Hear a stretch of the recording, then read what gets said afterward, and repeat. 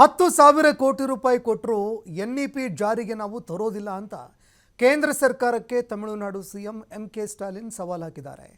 NEP ಜಾರಿಗೆ ತಂದರೆ 2,000 ಕೋಟಿ ರೂಪಾಯಿ ಅನುದಾನ ನೀಡೋದಾಗಿ ಕೇಂದ್ರ ಸರ್ಕಾರ ಹೇಳ್ತಾ ಇದೆ.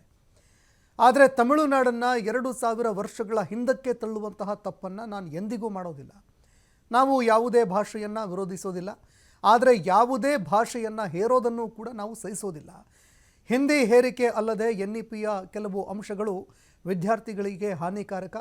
ಈ ನೀತಿ ವಿದ್ಯಾರ್ಥಿಗಳನ್ನು ಶಾಲೆಗಳಿಂದ ದೂರ ಮಾಡುತ್ತೆ ಅಂತ ಹೇಳಿಕೆ ಕೊಟ್ಟಿದ್ದಾರೆ. ಈ ನಡುವೆ ಪೊಲ್ಲಾಚಿ ರೈಲು ನಿಲ್ದಾಣದಲ್ಲಿ ಹಿಂದಿ ಬೋರ್ಡ್ಗೆ ಮಸಿ ಬಳದು ಕೇಂದ್ರ ಮತ್ತು ತಮಿಳುನಾಡು ಸರ್ಕಾರದ ನಡುವೆ ತ್ರಿಭಾಷಾ ಸಮರ ಕೂಡ ಈಗ ಆರಂಭ ಆಗಿದೆ. ஜாதி தொழில் மனுநீதி சொல்ற அநீதியை தொடராம படிச்சு முன்னேற நினைக்கிறவங்களை மீண்டும் அதை நோக்கி தள்ள பார்க்கறாங்க. இதையெல்லாம் பார்த்து தான் தேசிய கல்விக் கொள்கையை ஏற்க மாட்டோம்னு உறுதியா சொல்றோம்.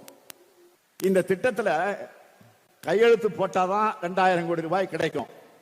10,000 கோடி ரூபாய் பணம் கிடைக்கும் சொன்னாலும் நாங்கள் கையெழுத்து போட மாட்டோம். ரூபாய்க்காக பணத்துக்காக இன்னைக்கு நாங்க கையெழுத்து போட்டா என்ன ஆகும்? கொஞ்சம் சிந்திச்சு பாருங்க. 2000 ஆண்டுக்கு பின்னோக்கி நம்ம தமிழ் சமுதாயம் போயிடும்.